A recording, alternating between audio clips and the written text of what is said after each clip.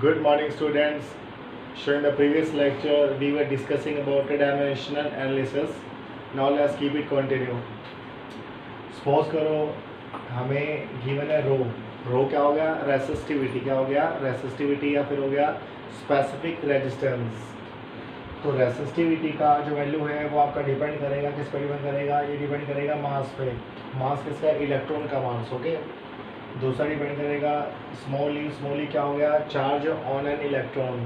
Right, आप सबने 10th class में स्टडी किया हुआ है। जो स्मॉली होता है, स्मॉली आपका सिंबल होता है charge on an electron. Right, तीसरा आपका डिपेंड करेगा एन पे। एन क्या होता है, एन को बोलते हैं नंबर डेंसिटी ऑफ इलेक्ट्रॉन्स। क्या बोलते हैं, number density of electrons, that is number of electrons per unit volume. क्या होता है, number of electrons per unit volume. और फोर्थ वन डिपेंड करता है टाउ पे, इसका मतलब रिलैक्सेशन टाइम। क्या बोलते हैं, रिलैक्सेशन टाइम है। तो हमें रो का क्या निकालना है, फॉर्मूला निकालना है। क्या निकाला है, फॉर्मूला निकालना है इन terms of mass, electronic charge, number density of electrons and the relaxation time. Right, क्या करेंगे हम, लिखेंगे रो इज इक्वल टू के टाइम्स ऑफ, यहाँ क्या आएगा, एम रेश पावर कितना आएगा, ए आएगा, ई रेश पावर कितना आएगा, बी आएगा, एन रेश पावर कितना आएगा, सी आएगा, और टाउ रेश पावर कितना आएगा, डी आएगा। है ना।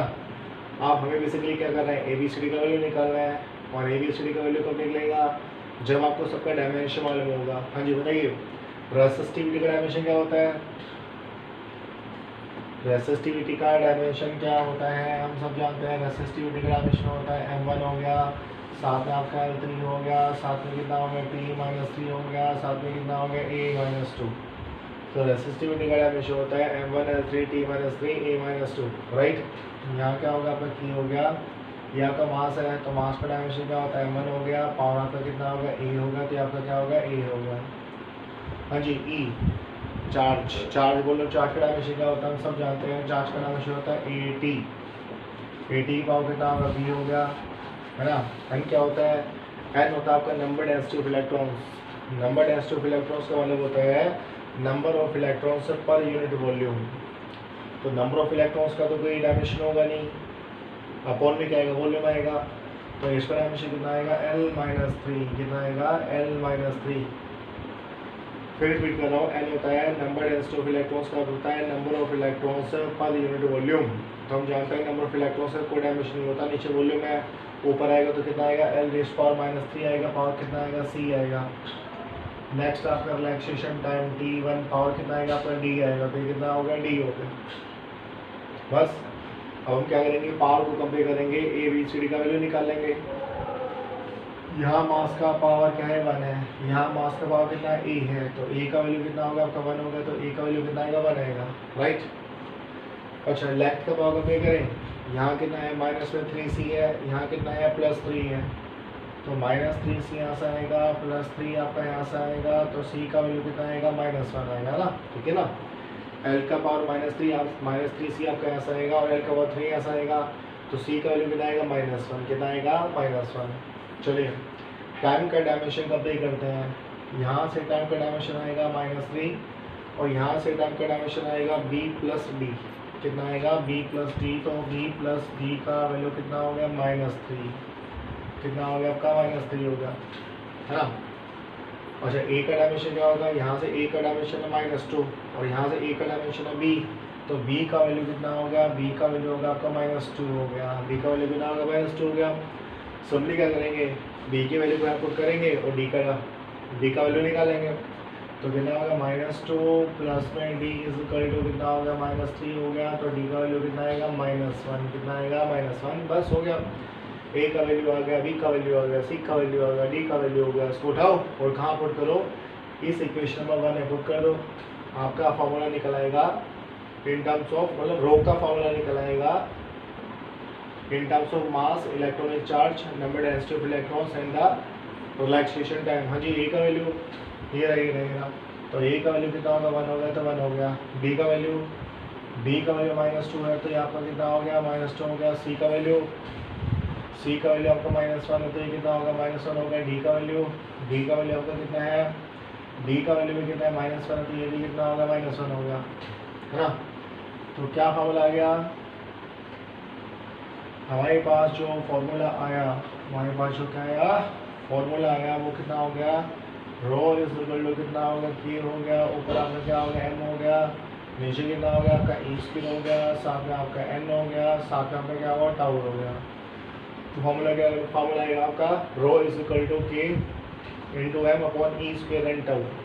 This is the formula for resistivity in terms of mass, electronic charge, number density of electrons and the relaxation time. Right, मान लेते हैं आप, और मान क्या लेते हैं आप, +2 में स्टडी करेंगे, के का वैल्यू बेसिकली 1 होता है। इस फार्मूले में जो प्रोपोर्शनल की कांस्टेंट है उसका वैल्यू कितना होता है, 1 होता है। ये मैं जानता हूँ इसलिए मैंने पुट कर दिया, अदरवाइज हमें डायमेंशन से के बारे में मालूम नहीं होगा। It's a limitation of dimension analysis. इसके हम थोड़े आगे बात करेंगे। तो रो का फार्मूला क्या होता है, रो का फार्मूला होता है एम अपॉन ई स्क्वायर एन टाउ। ठीक है, ये फार्मूला शायद आपने 10th क्लास में स्टडी भी किया होगा, और अगर नहीं स्टडी किया तो आप +2 में इसको स्टडी करेंगे। राइट, तो rho is equal to m upon E square N tau. So these were the numericals on the application of dimensional analysis। काफ़ी न्यूमेरिकल मैंने डिस्कस किए। अब हम चलते हैं कि जो फिजिकल क्वांटिटी होती है, on the basis of dimension we can classify the physical quantity into 4 categories. Right, dimension के बेस पे हम फिजिकल क्वांटिटीज को 4 कैटेगरीज में डिवाइड कर सकते हैं। फर्स्ट वन क्या हो गया, फर्स्ट वन आपका मान लेते हैं आपका हो गया डायमेंशनल कांस्टेंट। क्या हो गया, डायमेंशनल कांस्टेंट। जो पहला कैटेगरी है उसको कहा जाता है dimensional constant. This is dimensional constant. हाँ जी बताइए, give me the example of dimensional constant. बहुत ही सिंपल है, हम सब जानते हैं यूनिवर्सल ग्रेविटेशनल कांस्टेंट। क्या होता है, यूनिवर्सल ग्रेविटेशनल कांस्टेंट कांस्टेंट होता है, वैल्यू कितना होता है 6.67 इंटू 10⁻11 न्यूटन मीटर स्क्वायर के/2। तो इसका डायमेंशन क्या होता है, इसका डायमेंशन हम ऑलरेडी स्टडी कर चुके हैं। इसका डायमेंशन क्या होता है, इसका डायमेंशन होता है m1 हो गया, नहीं m-1 होगा, l3 होगा, और साथ में क्या होगा t-2 होगा। तो कैपिटल जी का डायमेंशन कितना आएगा, m-1 आएगा, l3 आएगा, t-2 आएगा। फिर आपका आता है प्लैंक्स कांस्टेंट। क्या आता है, प्लैंक्स कांस्टेंट। प्लैंक्स कांस्टेंट में क्या है, कांस्टेंट होता है, वैल्यू कितना होता है 6.6 इंटू 10⁻34। ये h का वैल्यू होता है। डायमेंशन क्या आएगा, इसका आपका डायमेंशन आएगा m1 हो गया, ठीक है, l2 हो गया, और t- में क्या होगा 1 हो गया। तो प्लैंक्स कांस्टेंट का डायमेंशन कितना होता है m1 l2 t-1 कितना होता है m1 l2 t-1। अब ये भी जानते हैं प्लैंक्स कांस्टेंट और एंगुलर मोमेंटम दोनों का डायमेंशन क्या होता है, सेम होता है। नहीं जानते हैं तो याद कर लीजिए, प्लैंक्स कांस्टेंट और angular momentum both have same dimension. So these are the example of dimensional constant. Dimensional constant बोले तो constant having dimension, constant having dimension है वो कांस्टेंट जिनका डायमेंशन होता है उनका बोलते हैं डायमेंशनल कांस्टेंट। क्या बोलते हैं, डायमेंशनल कांस्टेंट। सेकंड कैटेगरी होती है आपकी डायमेंशनल वेरिएबल। क्या होता है, डायमेंशनल वेरिएबल। तो सेकंड जो कैटेगरी है उसको हम बोलते हैं डायमेंशनल वेरिएबल। तो डायमेंशनल वेरिएबल क्या होता है, नाम ही स्पष्ट है, वेरिएबल हैविंग डायमेंशन। क्या होता है, वेरिएबल हैविंग डायमेंशन, उनको बोलते हैं dimensional variable. Variable having dimensional are called dimensional variable. क्या एग्जाम्पल होगा, बहुत सिंपल है। एग्जाम्पल आपका वेलोसिटी हो गया, वेलोसिटी हो गया, फिर आपका स्पीड हो गया, वेलोसिटी हो गया, कोमा फिर क्या हो गया, स्पीड हो गया, फिर आपका क्या हो गया, फिर आपका एक्सेलरेशन हो गया, फिर आपका फोर्स हो गया, फिर आपका क्या हो गया, पावर हो गया, है ना, सारे वेरिएबल है। फिर वेलोसिटी का वैल्यू कुछ भी हो सकता है।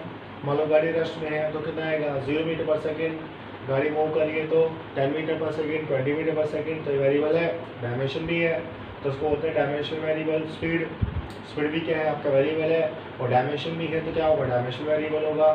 एक्सेलरेशन भी क्या होगा, डायमेंशनल वेरिएबल होगा। फोर्स भी क्या होगा, डायमेंशनल वेरिएबल होगा। पावर भी क्या होगा, डायमेंशनल वेरिएबल होगा। So there are the huge examples of dimensional variable, है ना। तो डायमेंशनल वेरिएबल के तो बहुत सारे एग्जांपल है। तो यहाँ पे सेकंड कैटेगरी है dimensional variable, variable having dimension, right. Third category में क्या बोलेंगे, थर्ड कैटेगरी आपका हो गया डायमेंशनलेस। क्या हो गया, डायमेंशनलेस, डायमेंशनलेस कांस्टेंट। क्या हो गया, डायमेंशनलेस कांस्टेंट। हाँ जी, कांस्टेंट हैविंग नो डायमेंशन। है ना, constant having no dimension are called dimensionless constant. भाई वो कांस्टेंट जिनका डायमेंशन नहीं होता उनको क्या बोलते हैं, डायमेंशनलेस कांस्टेंट बोलते हैं। क्या बोलते हैं, डायमेंशनलेस कांस्टेंट बोलते हैं। एग्जांपल बहुत सिंपल है, आपके जो नंबर होते हैं 1 2 3 4, है ना, इनका कोई डायमेंशन नहीं होता, वही कांस्टेंट भी होते हैं। कोई 1 तो 1 रहेगा, 2 तो 2 रहेगा। So these are example of dimensionless constant. और बताइए पाई, है ना, ये जो आपका पाई है बेसिकली ये भी आपका एक डायमेंशनलेस कांस्टेंट है। वैल्यू कितना होता है 3.14, तो वैल्यू क्या है, कांस्टेंट है but having no dimension. So these are the example of a dimensionless constant. तो थर्ड कैटेगरी क्या होगा, dimensionless constant, that is constant having no dimension. वो कांस्टेंट जिनका कोई डायमेंशन नहीं होता उनको बोलते हैं डायमेंशनलेस कांस्टेंट। और जो फोर्थ कैटेगरी होती है क्या होती है, फोर्थ कैटेगरी होती है, अरे क्या होती है फोर्थ कैटेगरी, वो आपका होता है डायमेंशनलेस वेरिएबल। क्या होता है, डायमेंशनलेस वेरिएबल, मतलब वेरिएबल हैविंग नो डायमेंशन। वो वेरिएबल जिनका कोई डायमेंशन नहीं होता उनका बोलते हैं डायमेंशनलेस वेरिएबल। क्या बोलते हैं, डायमेंशनलेस वेरिएबल। हाँ जी बताइए एग्जांपल, बहुत सिंपल है, एंगल क्या हो गया आपका, एंगल हो गया, है ना। अभी एंगल तो वेरिएबल है, एंगल कुछ भी हो सकता है। एंगल यू कैसे, प्लेन एंगल हो गया, सॉलिड एंगल हो गया, तो एंगल का वैल्यू तो कुछ भी हो सकता है भाई, 40 रेडियन, 30 रेडियन, 35 रेडियन। तो एंगल क्या है आपका, वेरिएबल है। क्या है, वेरिएबल है। और क्या एंगल का डायमेंशन होता है, नहीं, एंगल का कोई डायमेंशन नहीं होता, तो एंगल क्या है, डायमेंशनलेस वेरिएबल। क्या है, डायमेंशनलेस वेरिएबल। और एग्जांपल क्या होगा, स्ट्रिंग, जो स्ट्रेन है वो भी आपका क्या है, डायमेंशनलेस वेरिएबल है। क्या है, डायमेंशनलेस वेरिएबल है। और बताओ, refractive index mu, refractive index, तो हम सब जानते हैं जो रिफ्रैक्टिव इंडेक्स है उसका कोई डायमेंशन नहीं होता, और वो इसीलिए क्या होता है, वेरिएबल होता है ना। जैसा कि आप जानते हैं रिफ्रैक्टिव इंडेक्स का वैल्यू वैक्यूम में कितना होता है, 1 होता है। अच्छा, वाटर के लिए कितना होता है, वाटर के लिए इसका वैल्यू होता है 4/3, राइट। ग्लास के लिए कितना होता है, 3/2 होता है। तो ये आपका क्या है, आपका वेरिएबल है और इसका कोई डायमेंशन नहीं होता, so it comes under category dimensionless variable. और मैग्नीफिकेशन होगा, जो मैग्नीफिकेशन होगा उसका भी कोई डायमेंशन नहीं होता, बट मैग्नीफिकेशन क्या है, वेरिएबल है। क्या है, वेरिएबल। सो फोर्थ कैटेगरी क्या होगा आपका, dimensionless variable, variable having no dimension. वो वेरिएबल जिनका कोई डायमेंशन नहीं होता उनको कहा जाता है डायमेंशनलेस वेरिएबल। और एग्जांपल क्या हो गया, एंगल हो गया, स्ट्रेन हो गया, रिफ्रैक्टिव इंडेक्स हो गया, मैग्नीफिकेशन हो गया, ये सारे के सारे क्या है, डायमेंशनलेस वेरिएबल है। अरे क्या है, डायमेंशनलेस वेरिएबल, राइट। एक और भी एग्जांपल, एक और एग्जांपल बताइए, कोफिशिएंट ऑफ फ्रिक्शन। आगे आप स्टडी करेंगे, that is called coefficient of friction. Coefficient of friction भी क्या होता है, डायमेंशनलेस वेरिएबल होता है। क्या होता है, डायमेंशनलेस वेरिएबल होता है। मतलब कोफिशिएंट ऑफ फ्रिक्शन का सिंबल भी म्यू होता है, ध्यान रखिएगा। ये आपका रिफ्रैक्टिव इंडेक्स है। क्या है, रिफ्रैक्टिव इंडेक्स है। और ये आपका क्या है, कोफिशिएंट ऑफ फ्रिक्शन है। तो कोफिशिएंट ऑफ फ्रिक्शन क्या होता है, फोर्स ऑफ फ्रिक्शन अपॉन में नॉर्मल रिएक्शन। क्या होता है, फोर्स ऑफ फ्रिक्शन अपॉन में क्या, नॉर्मल रिएक्शन। ऊपर भी क्या है फोर्स है, नीचे भी क्या है फोर्स है, तो क्या होगा, डायमेंशनलेस होगा, वेरिएबल होगा। क्योंकि सरफेस अगर चेंज होगा तो क्या होगा आपका, म्यू बोली तो कोफिशिएंट ऑफ फ्रिक्शन का वैल्यू भी क्या होगा, चेंज होगा, तो उसको बोलते हैं डायमेंशनलेस वेरिएबल। क्या बोलते हैं, डायमेंशनलेस वेरिएबल। तो ध्यान रखिएगा 4 कैटेगरीज होती है। क्या होता है, डायमेंशनल कांस्टेंट होता है, डायमेंशनल वेरिएबल होता है, डायमेंशनलेस कांस्टेंट होता है, और लास्ट में क्या होगा, डायमेंशनलेस वेरिएबल होता है।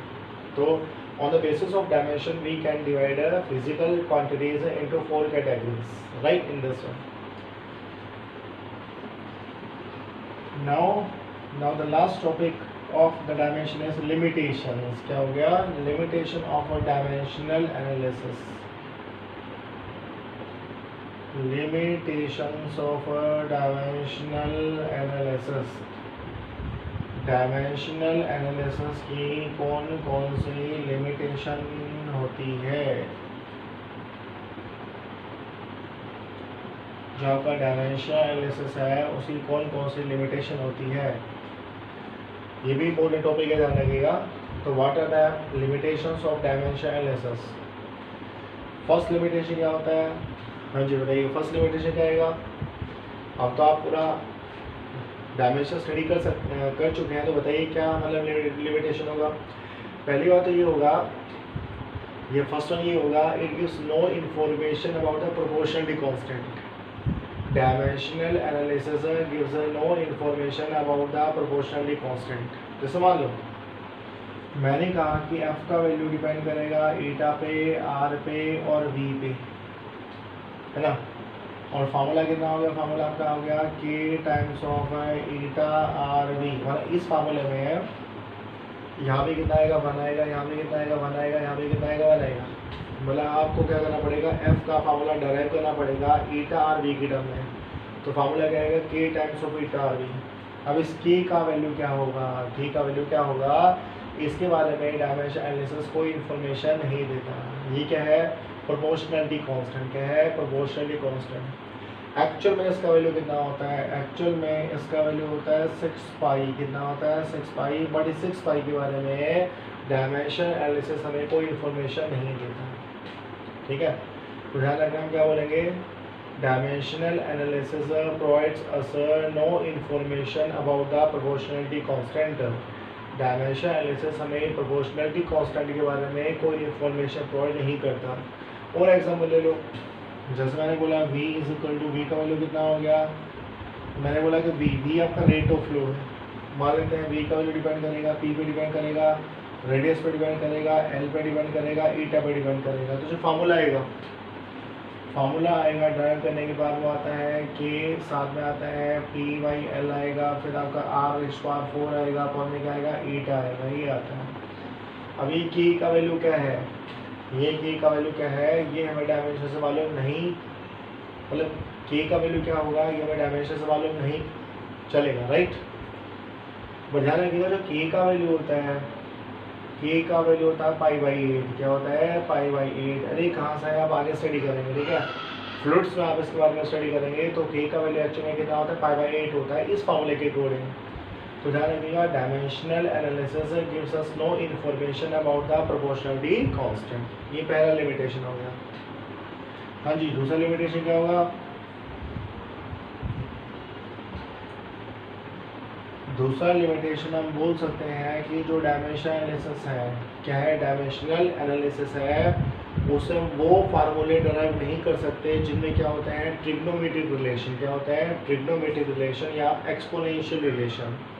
जैसे मान लीजिए मैंने कहा y का वैल्यू है आपका a cos थीटा। बताओ क्या हम ये फार्मूला डराइव कर सकते हैं, नहीं।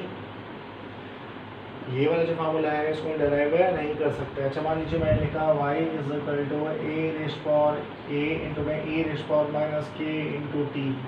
क्या हम ये फार्मूला डराइव कर सकते हैं, नो। तो these formulas can't be derived. ये फार्मूला हम डराइव नहीं कर सकते। So we can say we can not derive the formulas having या इन्वॉल्विंग ट्रिग्नोमेट्रिक और एक्सपोनेंशियल फंक्शन, जिनमें आपका ट्रिग्नोमेट्रिक फंक्शन होता है, एक्सपोनेंशियल फंक्शन होता है।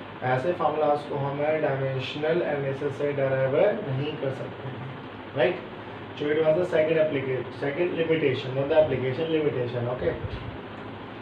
थर्ड लिमिटेशन क्या आएगा, जो डायमेंशन एनालिसिस होता है उसका थर्ड लिमिटेशन क्या होगा। अच्छा बताइए, मैं लिखा v is equal to u plus at, या मैं लिखा है is equal to ut plus में हाफ at स्क्वायर। अभी तक हमने जो स्टडी किया उसके बेस से बताइए, क्या हम ये फार्मूला डराइव कर सकते हैं, क्या हम v is equal to u plus at derive कर सकते हैं, या s is equal to ut plus में हाफ at स्क्वायर डराइव कर सकते हैं, नहीं। These formulas can't be derived। Dimension analysis से हम इन फार्मूले को ड्राइव नहीं कर सकते। हम जैसे मान लीजिए मैं लिखा f is equal to mv²/r। क्या ये फार्मूला ड्राइव होगा, ऑफ कोर्स। इस फार्मूले को हम डराइव कर सकते हैं, पर इन फार्मूलाज को हम डराइव नहीं कर सकते। तो हम क्या बोलेंगे, we can derive only those formulas. क्या, we can derive only those formulas in which physical quantity in which a physical quantity depends upon the either multiplication or power of the other physical quantities। दोबारा सुनिए, हम बोलेंगे we can derive only those relation in which a physical quantity depends upon the multiplication or the power of other quantities।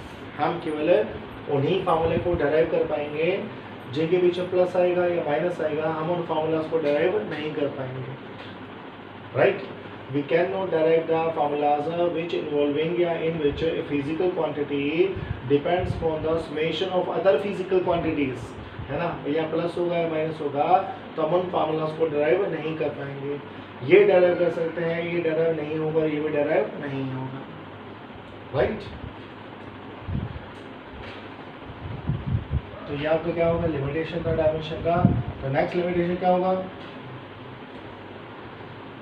Next limitation ये कह सकते हैं कि जो डायमेंशन एनालिसिस होता है, जो डायमेंशन एनालिसिस होता है, it gives no information whether the quantity is a scalar vector, है ना। डायमेंशन एनालिसिस से हमें कुछ पता नहीं चलेगा कि आपकी क्वांटिटी स्केलर है या वेक्टर है, राइट। अच्छा, हम ये भी कह सकते हैं, देखिए हम बोल सकते हैं कि वी कांट डराइव, अच्छा next is the next limitation, we can not derive the formulas, we cannot derive the formulas in which a physical quantity depends upon more than 3 physical quantities. Listen, but ध्यान रखिएगा, it is not always true. We cannot derive those relations in which a physical quantity depends upon more than 3 other physical quantities. I mean to say, सुनिए, जैसे मैंने बोला t is equal to 2 pi root of L 2 pi root of I upon M G L कर दिया मैंने, M G L. तो T का value depend करेगा, तो डिपेंड करेगा आई पे, दूसरा डिपेंड करेगा एम पे, तीसरा डिपेंड करेगा जी पे, और फोर्थ डिपेंड करेगा एल पे। क्या हम ये फार्मूला डेराइव कर सकते हैं? जो टी है उसका वैल्यू 4 वेरिएबल पे डिपेंड करेगा, मतलब 4 फिजिकल क्वांटिटी पे डिपेंड करेगा। एक डिपेंड करेगा आपका मोमेंट ऑफ इनर्शिया पे, दूसरा डिपेंड करेगा मास पे, तीसरा डिपेंड करेगा एक्सेलरेशन ड्यू टू ग्रेविटी पे, और चौथा डिपेंड करेगा लेंथ पे। बताइए, क्या हम ये फार्मूला डेराइव कर सकते हैं? नहीं। ये जो फार्मूला होगा ये डेराइव नहीं होगा। रीजन क्यों नहीं होगा? वेरिएबल कितने, वेरिएबल आपके 4 हैं, कितने हैं? 4। इक्वेशन कितनी बनेंगी? 3 बनेंगी। ये तो सरासर ना इंसाफी है ना। चलो बनाते हैं, कोई दिक्कत नहीं है। यहाँ कितना हो गया आपका, t हो गया, t का पावर 1 हो गया। तो मैंने बोला कि t का वैल्यू डिपेंड करेगा i पे, तो क्या हो गया, i रेस्ट पावर कितना हो गया, a हो गया। दूसरा मास पे डिपेंड करेगा तो m रेस्ट पावर b हो गया। तीसरा डिपेंड करेगा g पे, तो g रेस्ट पावर क्या होगा, c हो गया। फोर्थ वन डिपेंड करेगा l पे, तो l रेस्ट पावर कितना होगा, d हो गया। ओके, आप सब डायमेंशन पुट कर दो, है ना। यहाँ क्या होगा कि आपका कांस्टेंट होगा, मास है नहीं तो m 0 हो गया, लेंथ में नहीं है तो l भी 0 हो गया। Moment of inertia, moment of inertia का डायमेंशन होता है m1 l2, पावर कितना हो गया आपका, a हो गया। यहाँ मास हो गया तो मास 1 हो गया, पावर कितना होगा, v हो गया। g हो गया आपका acceleration due to gravity, l1t-2, power कितना हो गया, c हो गया। लेंथ आपका l1 हो गया, पावर कितना हो गया आपका, d हो गया। कितना हो गया, d, है ना।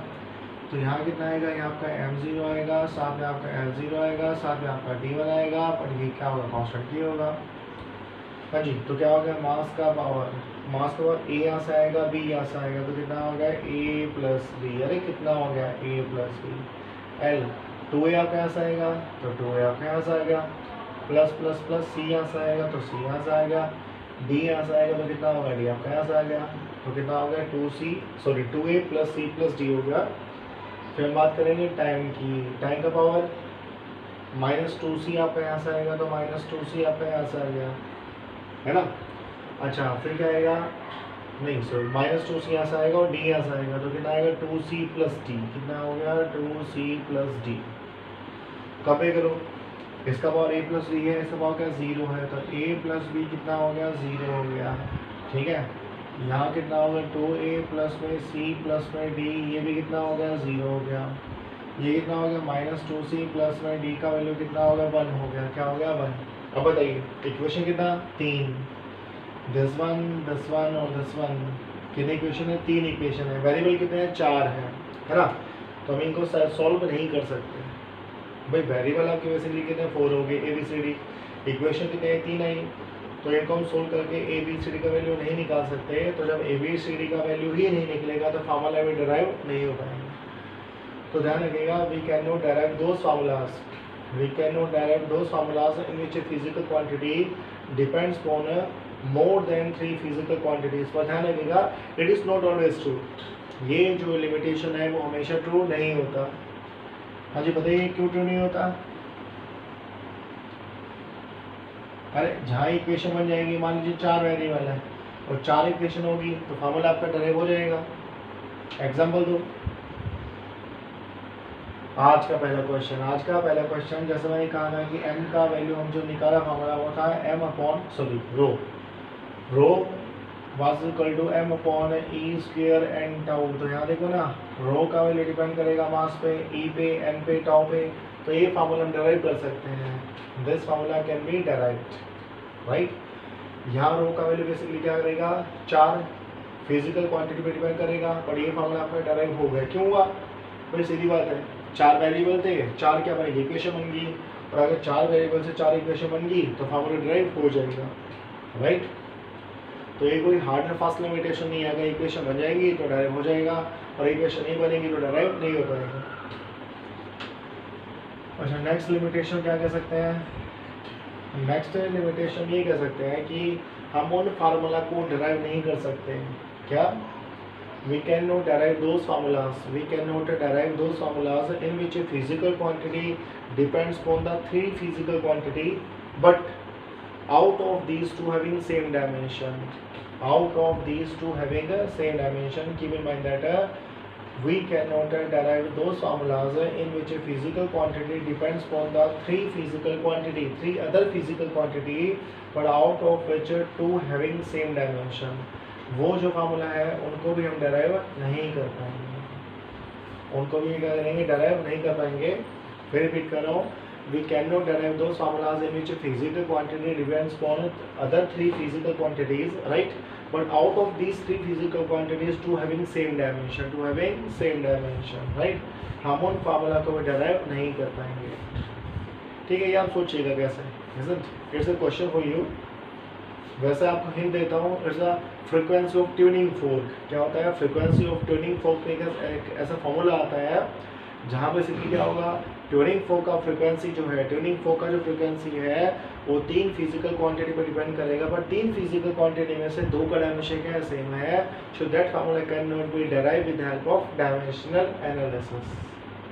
सो we can say these are the limitations of dimension analysis. और आप ये भी कह सकते हैं कि dimensional analysis gives no information about the dimensionless constant, है ना। जैसे आपका पाई हो गया या आपका 3, मतलब आपका 1 2 3 हो गया, 1 हो गया, 2 हो गया, 3 हो गया। Dimension analysis gives no information about the dimensionless constant. Dimensionless constant के बारे में भी डायमेंशन एनालिसिस हमें कोई इंफॉर्मेशन नहीं देता। So we can say that these were the limitations of the dimension analysis. So it's the finishing point. You can say this is the end of the dimension. In the next lecture we will study, or we will start error, isn't? गलती start करेंगे next lecture में. Thank you very much for today.